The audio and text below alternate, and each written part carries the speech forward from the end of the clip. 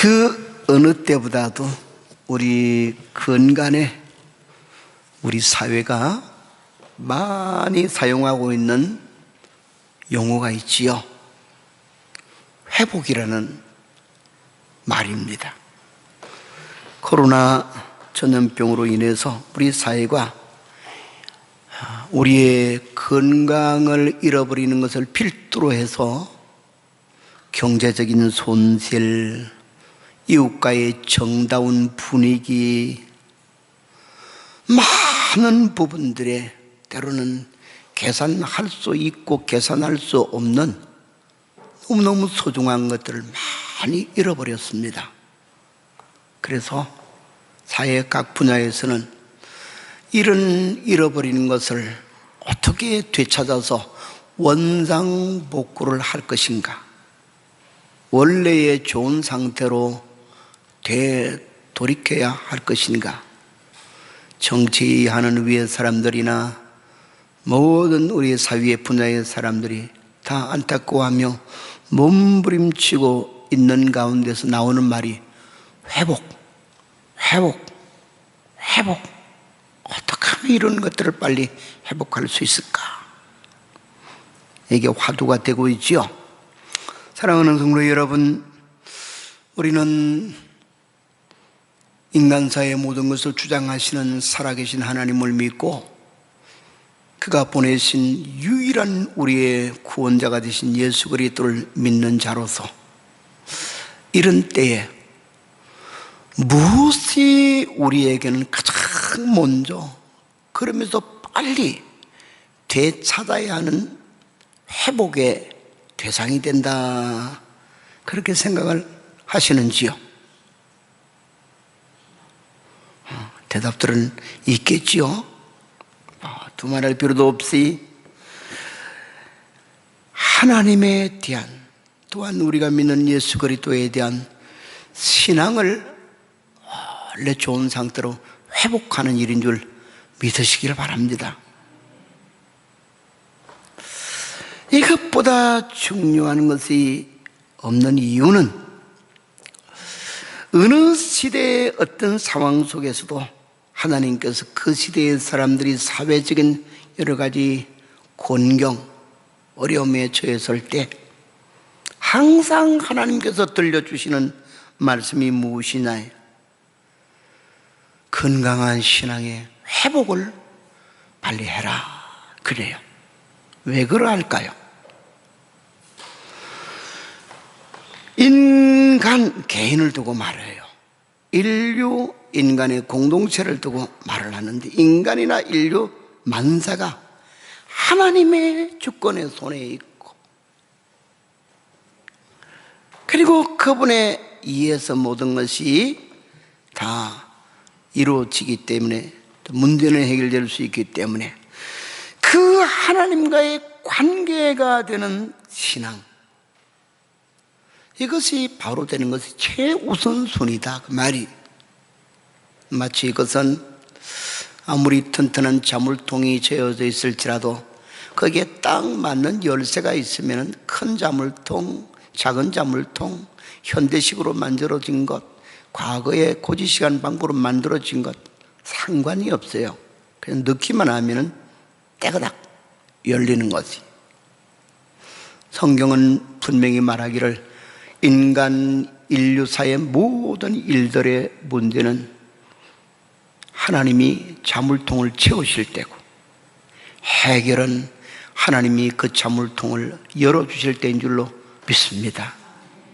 그래서 하나님과의 바른 신앙의 관계가 회복이 되면은 하나님의 주시는 회복된 신앙이 되는 열쇠를 가지는 것이 돼요.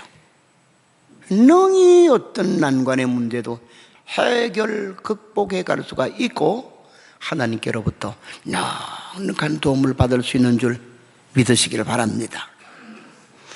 그러므로 우리 그리스도인들은 오늘 이런저런 사회적 문제, 이런 어려운 것들이 많이 처해 있는 이때에 우리는 무엇보다도 우리 자신을 살펴서 하나님과 우리 주 예수님을 향한 나의 신앙은 정상적인가? 그렇지 않으면 병들거나 다치거나 소중한 것을 잃어버려서 손상된 우리의 신앙, 무엇인가 껍질만 남아있는 신앙은 아닌가 분명히 성찰해야 돼요.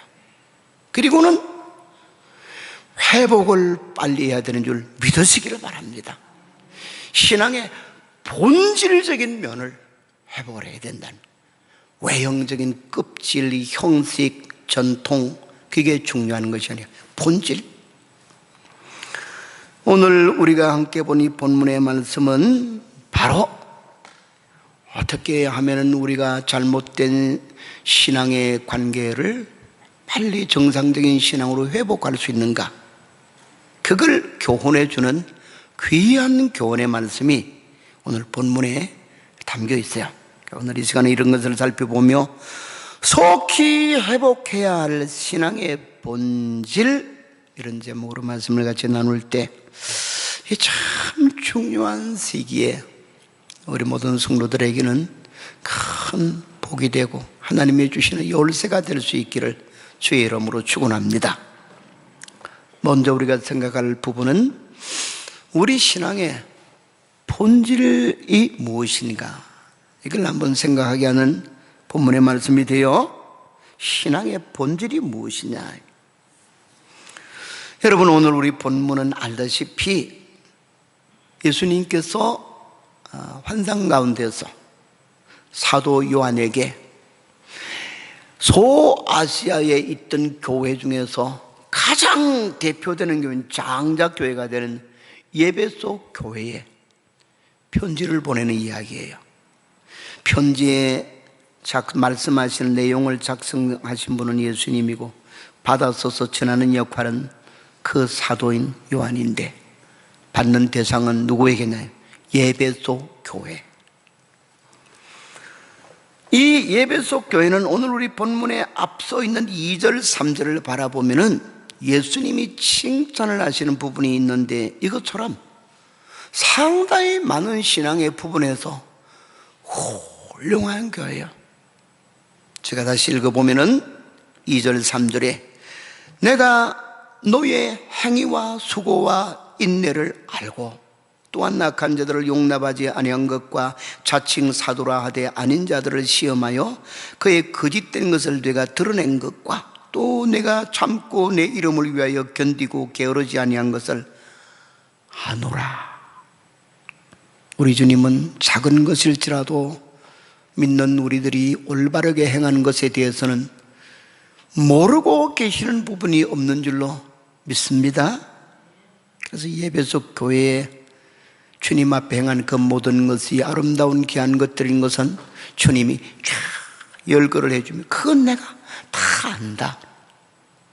많은 말들이 나왔는데 정리를 해보면 에베소 교회는 믿노라 하면서도 입만 가지고 떠들어대는 신자들이 아니고 수고를 많이 하는 수고가 있는 교회예요.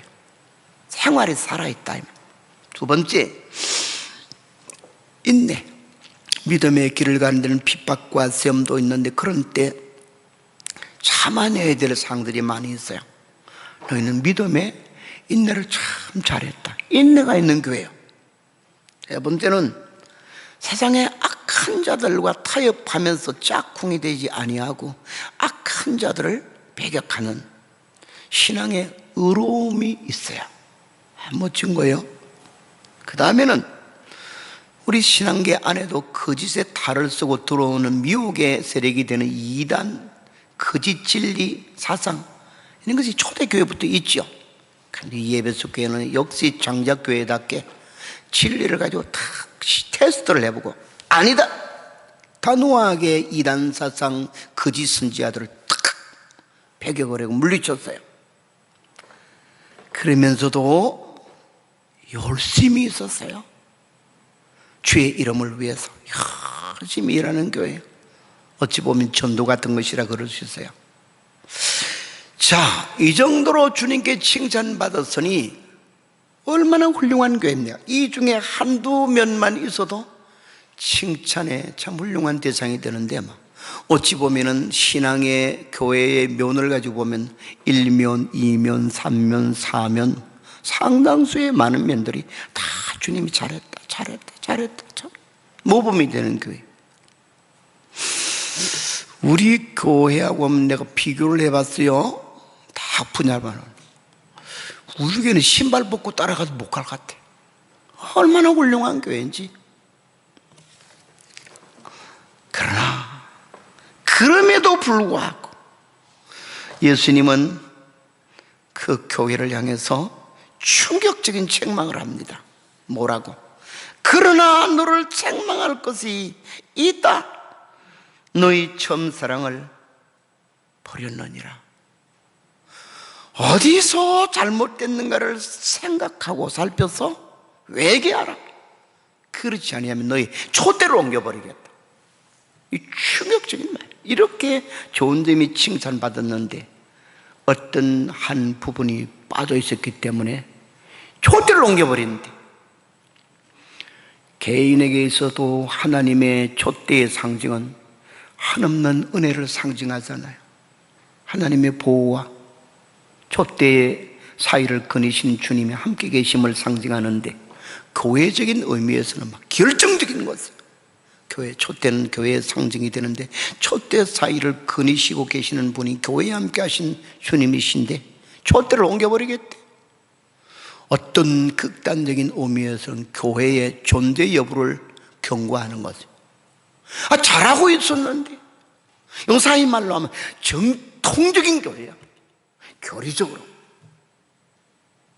또 어떤 면에서 그 교회를 사수하기 위해서는 막 어떤 싸움에도 막 목숨을 걸고 나서는 전투적 신앙을 갖고 용감성, 참아 견뎌야 될 것을 다 인내하고, 그런 훌륭한 교회인데도 불구하고 어떤 한 요소 때문에 주님께서는 노여워하시면서 그걸 빨리 회복하지 아니하면은 촛대를 옮겨버리겠다.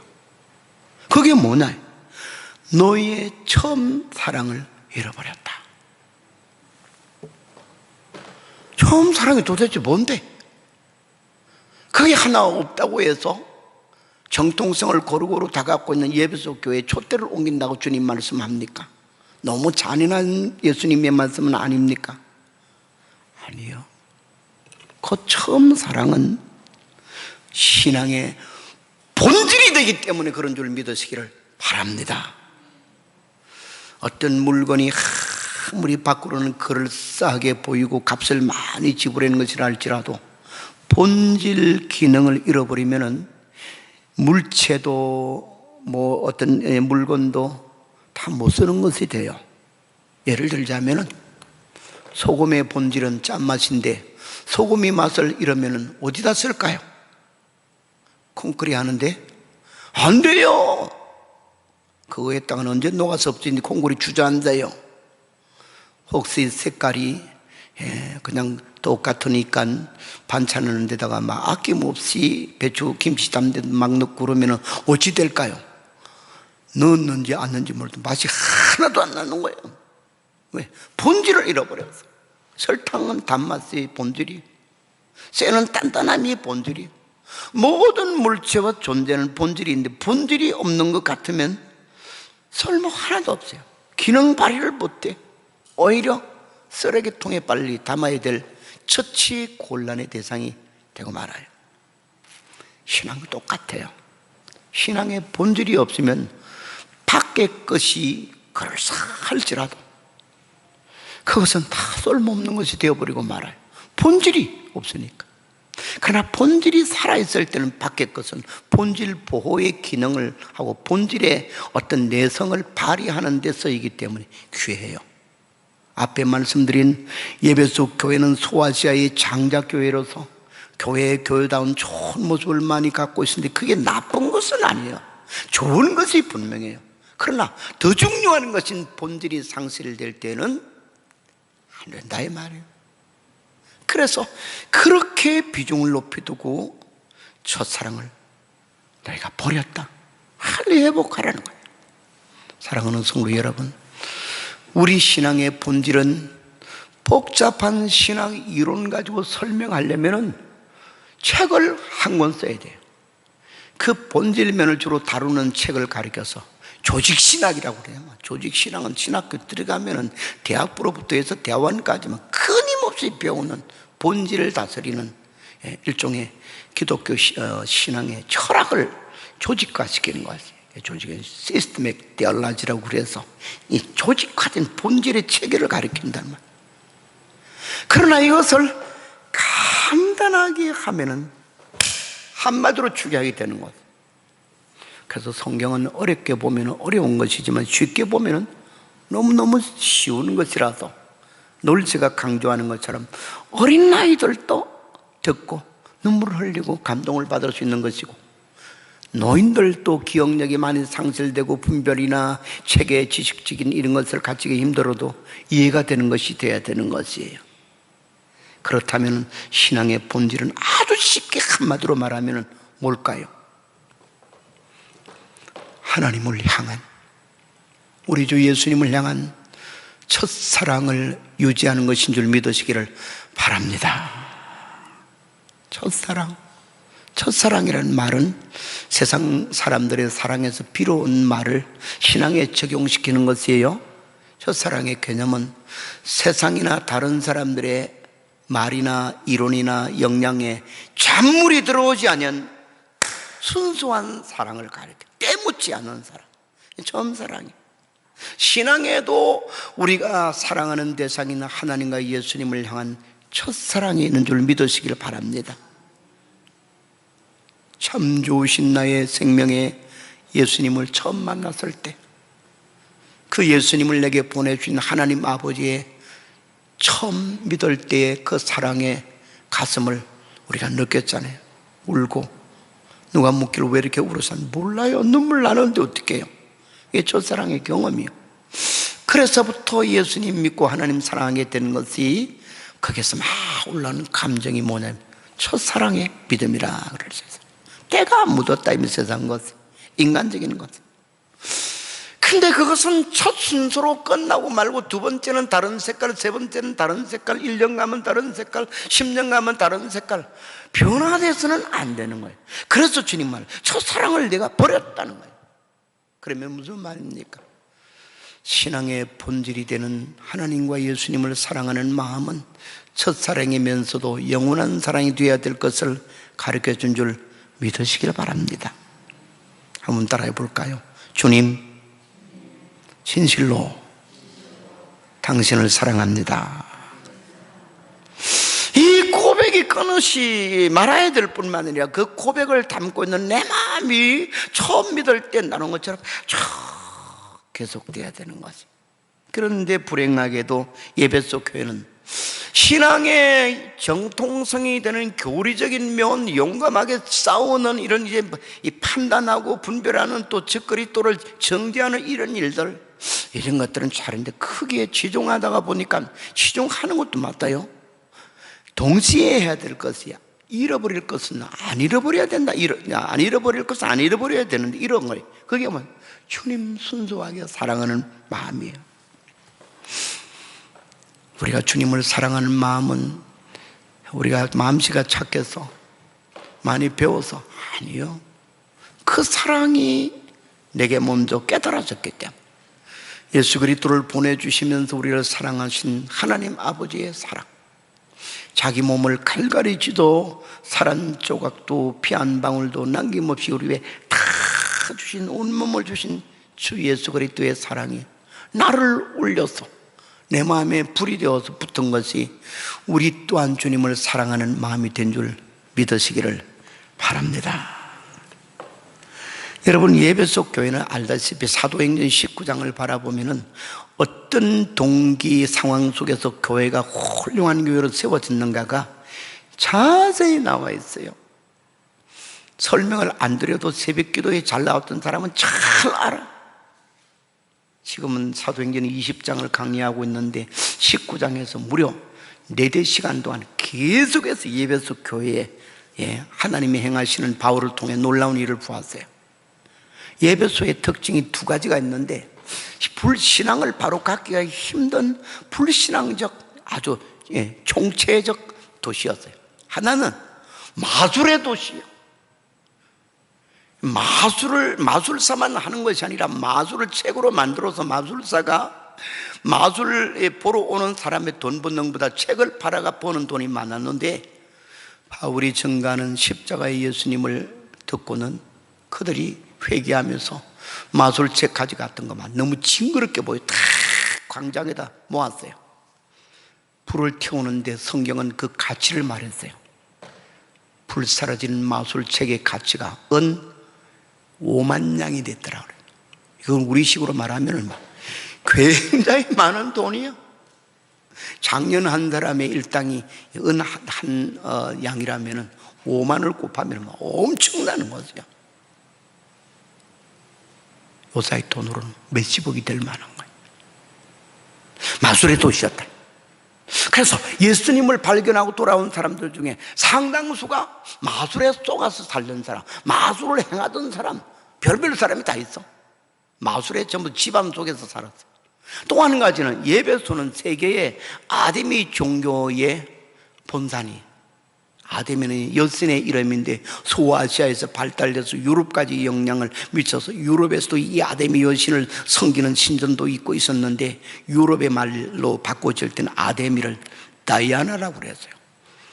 어떤 왕실의 어떤 분도 비운에 갔는데 다이아나라, 그게 좋은가 봐라. 풍요와 다신의 여신상이에요. 그런데 이 예배소는 그게 본부예요. 그래서 예배소의 시민 대다수는 다 이 아데미 여신을 섬기는 자들이기 때문에 그 시를 행정적으로 다스린 서기장이 그 사람들이 막 소란을 피울 때 비꼬아서 하는 말이 있어요. 예배소 사람들아, 너희가 아데미 여신의 신전지기인 줄 모르는 사람이 어디 있겠냐? 왜 이렇게 극성을 부리며 소란을 피우고 야단이냐? 바울을 이제 막 미워서 재판하려고 그러니 그런 소리도 했지요. 그러니까 이 우상, 아데미 여신을 섬기는 우상 종교, 이것 때 어때요? 신앙생활을 바로 하기에는 크게 방해가 되는 거지. 우리나라에도 어디 절간이 큰 게 있는 그 동네에는 교회가 못 들어가. 터세가 너무 세가지고 가까운 사람이 막 밖으로 댕기면은 겁나가지고는 전사님도 쫓겨나가야 돼. 다른 말이 됐고, 그런 중에 하나님이 예배소 사람들을 얼마나 사랑했는지 다른 지역과는 달리 강력한 복음을 주시는 거예요. 그래서 그 가운데 사도행전 19장을 바라보며 바울이 복음을 전할 때 어떤 사람들이 약간 미신적 신앙 같은 자세를 가졌지만 하나님 그것도 쓰시는 거예요. 바울 앞에 손수건을 갖다 놓고 앞치마를 벗어놨고, 바울이 설교 끝나면 도로 돌아가서는 그걸 가지고 자기 집에 누워있는 가족들의 환자의 머리 위에다가 손수건 올리고 앞치마 올리면은 병이 나버려. 귀신이 떠나, 소리 지르면 떠나가. 이거 뭐 굉장한 것이죠. 아까 말한 것처럼 바울의 설교가 또 전도 속에 얼마나 설득이 있는지, 광장, 이 그 두란노 성원이라는 광장을 답사를 가는데 뭐 굉장한 광장에 거기에 상귀퉁에서 밖에서 전도 설교를 하면 수많은 사람이 헬라인의 유대인들이나 막 와서는 바울의 설교를 듣고 또 와서 전해달라고 또 와서도 이야기 듣고 복음이 흥왕하더라. 그 외에도 이 에베소에 있었던 사건들이 더 많이 있어요. 놀라운 일들이. 복음의 강력한 역사. 누가 준? 하나님이. 그 사람들 거기에서 구원하기 위해서는 특별한 권능과 이적을 보이면서 역사하시는 것이지요. 그러며 그들은 그 역사 속에서 성령의 뜨거운 감동을 받아서 돌아와서 어느 지역에 세워진 교회보다도 하나님을 향한 사랑, 예수 그리스도를 사랑, 자기들에게 다가온 사랑이 너무 감동적이어서 막 뜨겁게 섬겼어요. 그러던 사랑이 어느 날 서서히 없어지는 것이에요. 그래서 주님이 그걸 너희가 왜 처음 나를 사랑하던 그 사랑을 저버렸느냐. 구주달. 사랑하는 성도 여러분, 구약 성경에도 하나님을 향한 우리의 신앙의 본질을 두고는 신명기 6장 5절이 구약의 요절이에요. 이렇게 말해요. 너는 마음을 다하고 뜻을 다하고 힘을 다하여 주 너희 하나님을 사랑하라. 구약의 모세의 율법으로 준 모든 율법은 십계명으로 정리가 되어서 우리나라 법령들이 헌법에서 나오고, 헌법은 헌법의 조문을 바라보면 헌법 정신이 나오고 그래요. 모든 것은 축약에 올라가면 그 모태와 근원이 있어요. 모법이 있는데 구약 성경의 모든 하나님의 십계명의 말씀들, 십계명조차도 딱 묶으면 하나의, 그게 신명기 6장 5절. 힘을 다하고 뜻을 다하고 온 정성을 다해서 주 너희 하나님을 사랑하라. 왜? 하나님이 너희를 사랑했기 때문이라는 거예요. 아멘. 신약에도 예수님이 친히 자기를 믿고 따르는 신앙을 두고 말하기를, 사람이 나를 사랑하면 내 말을 지키리니 내 아버지께서 그를 사랑하실 것이요 우리가 그에게 와서 거처를 그와 함께 하리라. 그래서 주님을 믿는 것을, 주님은 이렇게 나를 사랑하는 자는, 그래, 예수 사랑하는 것이 신앙의 본질이지. 우리 여러분, 우리가 즐겨 부르는 찬송가처럼 주 예수보다도 귀한 것은 없네. 이 세상 부귀로 바꿀 수가 없고 이 세상 명예로 바뀔 수가 없네. 예수님은 세상 그 무엇과도 비교도 안 되고 바꿀 수 없는 우리의 순수한 사랑의 대상이 되신다는 것을 그세게 간직하시기를 바랍니다. 그 예수님을 우리의 메시아로 보내신 하나님 아버지를 사랑하는 것이 신앙의 본질인 줄 믿으시길 바랍니다. 이게 본질이 뭔가를 알아야만이, 본질을 저버리지 않아요. 껍데기는 한쪽에 벗겨지도 때로는 별로 보강하는데 어려움이 없지만 본질을 잃어버리면 알맹이 잃어버린 것이 되니까 수습이 너무 힘든 거야. 두 번째로 생각할 수 있는 문제가, 본질 신앙을 빨리 회복해야 되는 데는 이유가 있어요.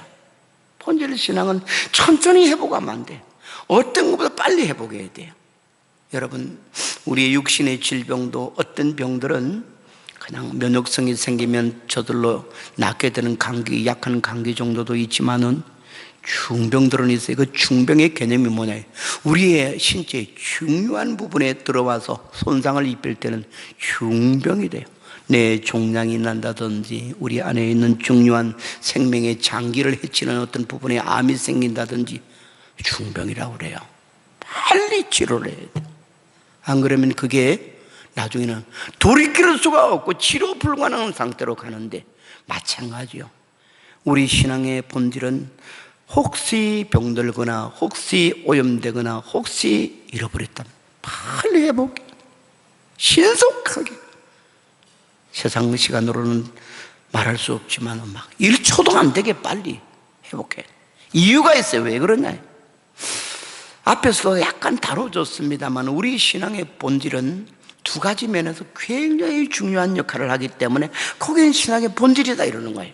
모든 다른 물질가 갖고 있는 본질도 마찬가지. 첫째는 생명적 요소가 되기 때문에 그래요. 신앙의 생명적 요소가 되기 때문에. 여러분, 우리 기독교의 신앙은 다른 종교와 비교 종교학적으로 비교해 볼 때 타 종교의 어떤 신앙들은 대부분이 종교 철학이요, 어떤 논리와 사상의 개념에 강조를 많이 하고 있어요. 기독교도 논리가 없고 사상이 없다는 그 말은 절대로 아니에요. 그러나 그게 본질의 핵심은 아니에요. 또 어떤 종교는 윤리에 굉장히 강조를 많이 줘서 윤리 종교라고 말할 수 있도록 그렇게 합니다. 하나 예를 들면은 유교 같은 경우는 윤리의 종교이지 절대자를 신봉한 종교는 아니잖아. 그런 식으로 이제 각 종교마다 어디에다가 편중을 두고 있는가 했는데 대부분이 조금 기독교와는 많이 달라요. 기독교 신앙의 핵심은 뭐냐? 생명이요. 사느냐 죽느냐의 문제예요. 그래서 성경은 곳곳마다 우리 기독교 신앙을 이야기할 때 생명을 이야기하는데, 특별히 복음서에는 요한복음에 다 같은 저자가 되는 요한 1, 2, 3소, 그 다음에는 또한 요한이 기록한 요한계시록에 보면은 신앙을 생명의 요소인 것으로 강조를 해요. 요한 1서 5장 12절에는 핵심 요절이 나옵니다. 하나님의 아들이 있는 자에게는 생명이 있고 하나님의 아들이 없는 자에게는 생명이 없느니라. 하나님의 아들이 있는 자에게는 영생이 있고 하나님의 아들이 없는 자에게는 하나님의 주시는 신의 생명인 조회의 생명이 없다 이런 거예요. 그래서 예수를 믿으면 죄만 사함받는 것이냐? 아니요, 지난 죄도 사함받을 뿐만 아니라 예수님이 친히 우리에게 주시는 당신의 신비롭게 이를 데 없는 영원한 생명이 주어지는 줄 믿으시길 바랍니다. 그런데 이 생명이 우리 안에 있게 하는 비결과 지속되게 하는 비결이 뭐냐요? 생명의 예수님을 사랑하는 것인 줄 믿으시기를 바랍니다. 그러면 예수님 안에 있는 그 생명은 우리 안에 있는 것이 돼요. 그래서 아까 하나님의 아들이 있는 자에게는 생명이 있다 이렇게 말을 하는 거지. 예수님 친히 요한복음 15장에서 포도나무 비유를 이야기하면 자기는 포도나무에 우리는 가지라고 말하면서 가지가 나무에 딱 붙어 있으면 그 사람은 어때요? 생명을 가진 자. 포도나무 가지가 붙어 있을 때 잎사귀 나고 꽃 피고 열매를 맺고 그런 것처럼 되지만은 예수님께 접합되어 있지 아니한 상태는 마른 가지같이 되어버린다. 그래서 내 안에 거하라, 나도 너희 안에 거하리라. 그걸 다시 말씀하죠. 내 사랑 안에 거하라. 그래야면 나도 너희 사랑 안에 있을 것이라고 말해준 줄 믿으시길 바랍니다. 주님과의 사랑의 관계는 생명의 관계예요. 그래서 예수님 사랑하는 마음이 없는 자는 그 예수님을 자기 가슴에 영접하고 품은 상태가 안 되니까 영적 생명이 떨어져 있어요. 이 신앙이 생명력이 없으면 깝대기, 껍질, 형식주의로 끝나고 말아요. 또 한 가지 중요한 게 있어요.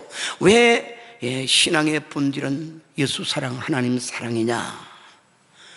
교제, 신령한 교제를 이루는 요소가 되기 때문에 그렇습니다. 두 번째로 우리의 신앙이 중요한 것은 우리가 믿는 하나님, 우리가 믿는 예수님은 살아계시는 인격적 존재이시죠. 그 상태는 예나 지금이나 영원토록 불변해요. 만약 우리가 믿는 하나님이나 예수님이 살아계시는 실존이 아니면은 기도하면 안 돼. 목만 아프니까 시간만 낭비하고 차라리 다른 방법을 추구를 해야 되는 것이. 찬송도 부를 필요도 없어요. 듣지도 못하는 실존자가 아닌 앞에서 찬송 부르면 누가 듣느냐. 내 마음 내가 달래는 그런 것밖에 안 되잖아요. 사람 앞에 가창력을 보이는 것밖에 안 되지만, 그러나 우리는 찬송을 부릅니다. 왜? 내 찬송을 살아계신 하나님이 들으시기 때문에, 내 기도를 살아계신 주님이 들으시기 때문인 줄 믿으시기를 바랍니다. 그런데 이런 살아계신 하나님, 살아계신 예수님과 더불어서 눈에는 보이지 않아도 깊은 교제, 교류가 이루어지는 일은 어떻게 이루어지느냐? 이게 이제 우리 삶에 형통하는 비결이죠. 우리 신앙생활은 나와 주님과의 교제가 있으면은요, 아무도 건드리지를 못해. 어떤 일이 벌어져도. 왜? 그분은 다윗이 고백하는 것처럼 내 힘이 되시고 내 곁에 계시는 분이 되니까 16장 10편 16편에서 말해주는 것처럼 내가 여호와를 항상 내 앞에 모시며 그럴 때 주님이 내 우편이 되시고 내 우편의 그늘이 되시기 때문에 내가 그 안에서 안전하리로다. 아멘. 진정한 안정은 예수님 곁에 모시고 교류할 때, 하나님 곁에 앞에 모시고 교류할 때인데, 그 교류는 무엇으로 이루어지느냐? 너무너무 쉬워요. 성도 여러분, 요사스러운 신앙의 어떤 요식 행위를 가지고 하나님과 나 사이, 예수님과 나 사이 교류가 이루어지는 것이 아니요. 뭐에 이루어지냐? 사랑으로. 사람과도 두 명의 친구가 있다고 생각합시다. 이 둘 사이가 그냥 밖으로 보면 면식의 대상이라서 잘 있었어? 잘 있었어? 안녕? 아파트에서 만나서 이제 인사하는 사람들처럼 이 정도인 경우와 정말로 같이 밥도 먹고 또 어떤 일에도 같이 나누고 때로는 어려움이 있을 때 서로 위로도 하고 또 좋은 일이 있을 때 격려하고 이런 것은 이제 친구 간에 사랑이 있는 우정의 관계, 그것이 깊어가면 깊은 우정의 관계, 형제보다도 더 가까운 친구가 된다고 그러죠. 어떻게 이게 교제가 이루어집니까? 간단해요. 사랑이요. 사랑이 있으면 날마다 그 교류하는 깊이는 깊어져 가고요. 또 교제로 얻어지는 것들은 많은 부분이 있게 돼요. 똑같은 원리요.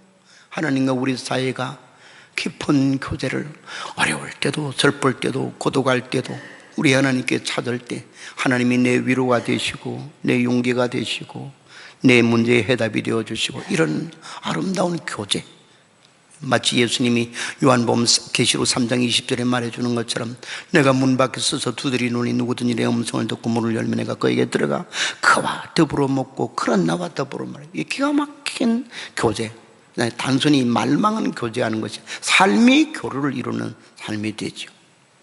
사랑으로 이루어진 줄 믿으시길 바랍니다. 우리의 사랑의 깊이가 주님을 향해 얼마나 깊은가에 따라서, 우리의 사랑의 높이가 얼마나 주님을 향해 올라가는가에 따라서, 우리의 사랑의 넓이가 얼마나 주님을 내 안에 껴안을 수 있는 넓이가 되는가에 따라서 주님과 우리 사이는 신령한 교류가, 인격적인 신령한 교제가 이루어진 줄 믿으시길 바랍니다.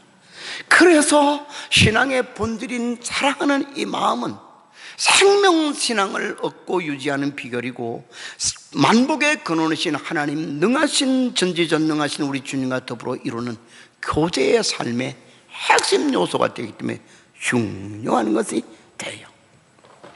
마지막 말씀을 드리고 마치고자 합니다. 그렇다면 어떻게 하면 우리의 신앙은 행여라도 이 신앙의 본질인 주님을 향한 첫사랑을 잃어버렸다면 회복할 수 있느냐? 이게 오늘 골자가 돼요. 오늘 본문으로 다시 돌아가면은 이렇게 말합니다. 5절에 보면은 그러므로 어디서 떨어지는가를 생각하고 회개하여 처음 행위를 가지라. 이 간단한 말 속에 우리가 신앙의 본질인 주님 사랑하는 마음이 이 세상 이런저런 것들로 인해서 약하거나 병들거나 떨어졌다면 회복하는 방법이, 좋게는 진단을 잘 빨리 하라는 것이에요. 어디에서 떨어졌는가를 살피라, 그 말이에요. 우리가 살펴보면은 핵심은 두 가지에서 나와요. 하나는 세속주의에 빠지면은 사랑을 잃어버려요. 이 세상에 참 비교를 들기도 힘듭니다만은 부부 사이의 사랑이 멀어지면은 아내나 남편이나 잘 살펴보면 다른데 바람났어요. 옆으로 새나갔다 이 말. 신자들도 주님을 향한 애틋한 순수한 사랑이 변질이 될 때는 딱 첫 번째 이유는 저 사람이 세상적인 것으로 가까워졌구나, 세속주의에 물들은 거예요. 세상에 있는 것들이 들어오면 우리 마음에 있는 그 소중한 주님 사랑하는 마음을 언제 뺏어가는 거지. 그래서 요한 1서 2장 15절에서는 이렇게 권면합니다. 이 세상이나 세상에 있는 것들을 사랑하지 말라. 누구든지 이 세상을 사랑하면 아버지의 사랑이 그 안에 있지 않으니라. 하나님과의 사랑이 깨진다 이 말이에요. 예수님과 사랑이 깨진다는 거예요. 여러분, 우리를 살펴서 이 지저분하고 더럽고 방탕한 세상의 세속주의가 행여라도 우리 마음의 벽을 타고 넘는 도둑같이 들어오지는 않는지, 거기에 영향을 받지 않는지 맨날 살펴야 됩니다. 또 한 가지 이유가 있어요. 이런 우리의 첫사랑을 잃어버리는 이유는 인본주의라는 것입니다. 인본주의와 세속주의는 사촌간이에요. 하나는 형님이고 하나는 동생이에요. 다 한 그룹이라 이 말이에요. 인본주의라는 것은 무엇이냐 이 말. 하나님의 뜻보다는 내 뜻이 중요하고 하나님의 말씀의 권위보다는 내 이론의 권위가 더 커요. 그래서 하나님의 말씀을 항상 앞세우지 아니하고 자기를 앞세워요. 인간 자기의 이성을 앞세워요. 그래서 하나님은 차선이 돼요. 이 인본주의는 항상 사촌이라는 말을 한 것처럼 이 세상과 타협을 해요. 그래서 세상을 딱 쳐다보니까 자기 이론 가지고 판단을 해보니까 이랬더니 이래서는 안 되겠네. 그래서 하나님의 교훈이고 어떤 것이 다 집어치우고는 자기가 그 세상에 타협하는 원리를 딱 칩니다. 이게 빨리 해결이 돼야 되겠지만 이 코로나 때문에 내가 시간마다 이야기하는 거지. 이게 오래 가면은요, 제일 심각한 것은 교인들 신앙 다 떨어져요. 거기에 야배가지고 코로나가 하나님보다 훨씬 무서워. 그럼 이게 잘 끝날 것 같습니까? 당국에서도 표시하기 코로나와 앞으로는 같이 살아야 된다 이래요. 작은 세력으로 남아있는다 이 말. 다른 질병들처럼 이것은 없어진다 해도 다른 것이 또 안 오겠습니까? 질병의 문제만이 아니라 기근, 재난, 천재지변, 사람과의 전쟁이 일어나는 많은 우리에게 위해적 사항들이, 그것과 인간적으로 자꾸 타협하고 여기에서 인간적으로 어떻게 할 것인가 하면은 신앙생활 벌써 끝나는 거예요. 안 돼. 그런 중에서 지혜를 가지고 조심할 것은 무엇인가 철저히 하면서 지켜야 될 신앙의 영역인 예수님과 우리의 사랑의 관계는 틈을 줘서는 안 된다는 말이에요. 제가 하는 말 자체는. 근데 이게 인본주의가 들어오면은 그게 무너지는 거예요. 그래서 주님 사랑하는 마음은 세상의 협박, 공갈, 유학 이런 것이 인본주의의 이론 때문에 벌써 썩 깨어져 버리고 말아요. 그러므로 예수님은 누가복음 9장 23절에 이렇게 강조합니다. 누구든지 나를 따라오려거든 자기를 부인하고, 인본주의를 부인하라 이 말이에요. 자기 십자가를 지고, 십자가를 지래. 힘든 게 있지만은 나 따라오려면은 고난의 길이 있다는 걸 알고 십자가 지라는, 그리고 날마다 나를 쫓을 것이니라. 주님 따르라. 그래서 결론을 맺습니다. 이런 과정들이 바로 뭐냐면은 잘못했을 때는 빨리 고치는 것을 가리켜 회개라고 그래요. 원래 가졌던 자세로 턴백을 하는 거예요. 다시 돌아오는 것이 되지요. 만약 그것이 있지 아니할 때는 예수님은 엄히 경고하기를 회개치 아니하면 촛대를 옮긴다. 이것은 돌이킬 수 없는 더 심각한 상태에 빠지는 것을 미리 예고를 해주는 것이죠. 성도 여러분, 주님은 그 온몸을 우리에게 드려주면서 우리를 사랑해 주시면서도 한편으로는 또한 우리에게 이렇게 요구를 합니다. 애야, 내가 너희를 사랑하는 것처럼 너희도 나를 사랑해 다오. 주님은 주의 백성의 사랑을 받고 살기를 원하신 줄 믿으시길 바랍니다. 이것이 예수님 부활 이후에 갈릴리 호숫가에서 베드로를 위시한 제자들과 둘러앉아 말하는 가운데 베드로에게 대표적으로 질문한 음성에서 나옵니다. 아가파오 메, 헬라 말이 베드로에게 묻기를 너는 나를 사랑하느냐? 여기 있는 다른 사람들보다도 사랑하는 성도 여러분, 베드로에게만 무시로 주님이 묻는 너는 나를 사랑하느냐는 질문만이 아니라 우리에게도 계속 하고 있고, 우리는 베드로 못지않게 주여 내가 주님을 사랑하나이다. 내 마음으로만이 아니라 내 입술로만이 아니라 내 온 삶 전체를 두고 주님과 가깝게 되었던 첫사랑을 절대로 잃어버리지 아니할 것입니다. 혹간 추락되었으면 성령으로 나를 도와줘서 내 마음에 주님 첫사랑을 회복하는 마음이 불이 붙게 도와주옵소서. 그런 기도가 있으시기를 바랍니다. 하나님 아버지, 오늘도 우리를 주의 전에 불러 모아주시고 주의 말씀을 듣게 하시는 것을 감사합니다.